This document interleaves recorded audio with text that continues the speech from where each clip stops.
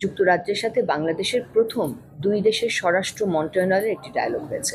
আমাদের বর্তমানে যুক্তরাজ্যের সাথে 2018-তে যখন আমি এখানে রাষ্ট্রদূত হিসেবে জয়েন করি তখন শুধু একটি ডায়ালগ ছিল, সেটি ছিল স্ট্র্যাটেজিক ডায়ালগ।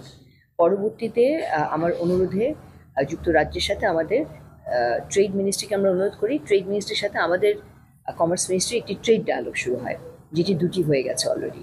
পরবর্তীতে আমি আরও অনুরোধ করি যে ডিফেন্সের সাথে ওদের এমওডির সাথে আমাদের এফডির একটি ডিফেন্স ডায়ালগ শুরু হতে পারে, সেখানেও একটি ডায়ালগ আমরা তৈরি করেছি, ওটারও দুটি হয়ে গেছে। এখন তৃতীয় যেটি আমরা গত 2 বছর ধরে চেষ্টা করছিলাম যে আমাদের স্বরাষ্ট্র মন্ত্রণালয় এবং যুক্তরাজ্যের স্বরাষ্ট্র মন্ত্রণালয়ের সাথে একটি ডায়ালগ হওয়া দরকার, কারণ অনেক ইস্যুজ আছে যেগুলো আমরা কমিউনিকেট করতে পারছি না, তথ্যের আদান প্রদান হচ্ছে না।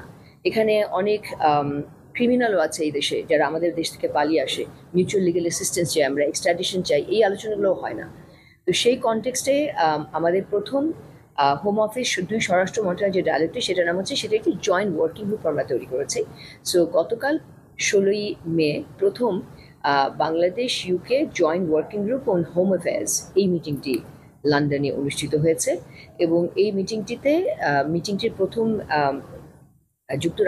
বাংলাদেশ থেকে অতিরিক্ত সচিব পর্যায়ের স্বরাষ্ট্র মন্ত্রণালয়ে এসএসডি ডিভিশনের অ্যাডিশনাল সেক্রেটারি ছিলেন আমাদের সাইডের লিডার, এবং ওনাদের সাইড থেকে ওনার কাউন্টারপার্ট ছিলেন। আর এই ডায়ালগের মাঝখানে একটি এমওইউ সাইন হয়েছে, যেটি হচ্ছে, আপনারা জানেন যে ইউ যুক্তরাজ্য 2020-এর আগে ইউতে ছিল, তখন ইউর সাথে একটা এসওপি আছে, এটাকে standard operating procedure and Returns বলে। দ্যাট ইজ ইউতে যত আনডকুমেন্টেড বাংলাদেশিরা আছে তাদেরকে এরকম অল্প অল্প করে ফেরত নেয়, ওরা আইডেন্টিফাই করে আমাদেরকে দেয়। আমরা আগে ইন্টারভিউ করতাম, এখন আর ইন্টারভিউ দরকার হয় না, কারণ এমআরপি আছে, ই পাসপোর্ট আছে।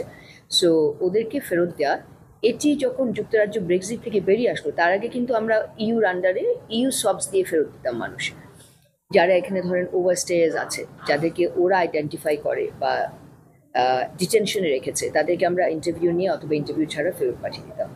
সেটি যুক্তরাজ্য যখন ব্রেক্সিটে চলে গেল, ইউ থেকে বেরিয়ে আসলো, তারপর থেকেই আলোচনাটা চলছে যে আমাদের নতুন করে একটা ইউকে বাংলাদেশ সবস সাইন করা উচিত, কারণ আগে তো ওরা ইউর আন্ডারে ছিল।